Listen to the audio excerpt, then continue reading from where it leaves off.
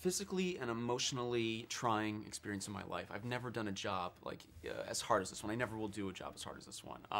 Just everything about it, you know, the length of time, the responsibility to the families, the physicality of the shoot, the distance from home, the responsibility to Steven Spielberg and Tom Hanks, their legacy, you know, all of those pressures like kind of came into one, and it was a whole new thing for me.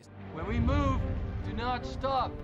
The entire division's moving across the airfield. No! Do not stop! Coming across that airfield today,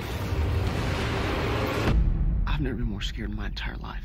The responsibility to the families, that was a huge thing for me. I spoke to his two sons, I spoke to his wife, and I got to know him through them. This man was their hero, and he meant so much to the Marine Corps, but they don't get to cast who plays that guy, and so I had to make sure that I lived up to it and carried on his legacy the way that he deserved. You know, I was lucky enough to have the memoir that he wrote, and I would bring that with me on set.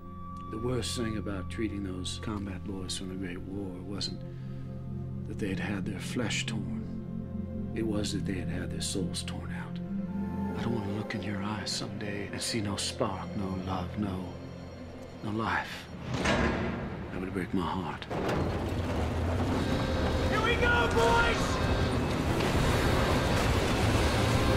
I saw the Band of Brothers boot camp because they did a little documentary on it, and I saw, okay, yeah, they've got beds, they've got toilets, they've got showers, running water, oh, they do a little running, couple push-ups, boo-hoo. Like, I thought it was going to be actors boot camp, you know, like you have to get up before 11 every day, and that's a big struggle.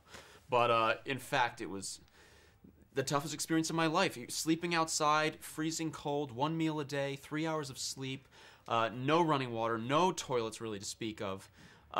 Just kind of, and then beyond that, the physicality of the heat and all the packs that you had to be wearing running through the jungle, and then the mental breakdown that the Marines put you through, you know, really ramming it home and breaking you down. I was surprised I was even able to get through it, to be honest with you. I really was.